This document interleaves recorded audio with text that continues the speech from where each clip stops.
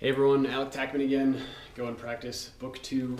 We're looking at page 33 and page 34. This is the Ratamacue, double Ratamacue, and triple Ratamacue.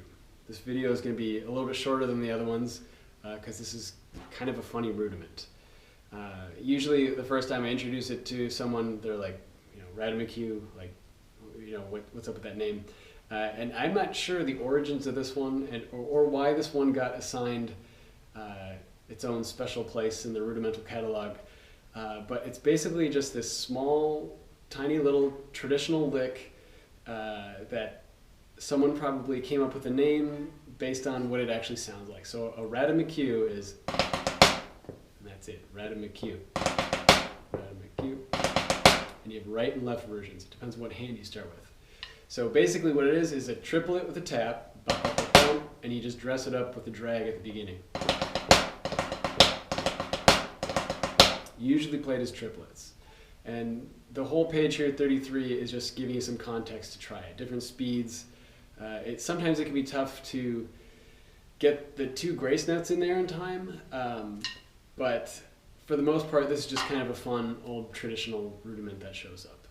If you want to get, like, especially, far out in this one, you could say, well, okay, it's triplet tap, and then the grace note for the following Ratamacue is a double, so you can say triplet tap and then a double, and then maybe classify this as a 6-stroke rudiment, triplet tap double, triplet tap double, but usually this one's just played like really scrunched up tight. I'm talking about the grace notes.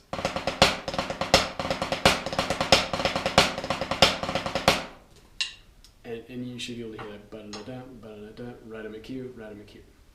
So yeah, 33 is just exercises getting the hang of this one. You're going to see this one in a lot of traditional snare drum pieces. If we look at page 34, with the double and triple Ratamacue. The double Ratamacue is basically a normal Ratamacue with an extra drag in front of it. So you have drag, extra Ratamacue. And then we flip it the other way.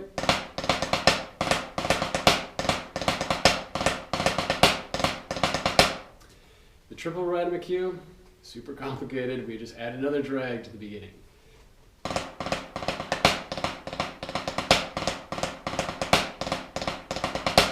And to me personally, this is where some rudiments get kind of silly. It's like, well then, why not a quadruple Ratamacue or whatever? To me, I just think of that, well, that's just drags and then a Ratamacue. Or it's a drag on a triplet. Kind of like the same way, there's paradiddle, double paradiddle, and then you see triple paradiddle in rudiments. It's okay, fine.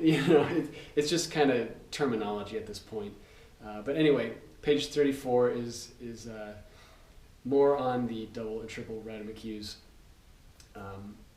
They're a little silly, but you do want to be comfortable with them, and it does help to be able to identify them. I think when you get used to seeing these certain licks, and when you're trying to sight read through a snare drum piece, it's helpful to kind of know what you're getting into when you see these thrown in there like that. So anyway, simple, quick lesson for today on this one. If you have any questions or anything, just let me know. And thanks again for checking out the channel. I much appreciate all this. And I'll see you all on the next video.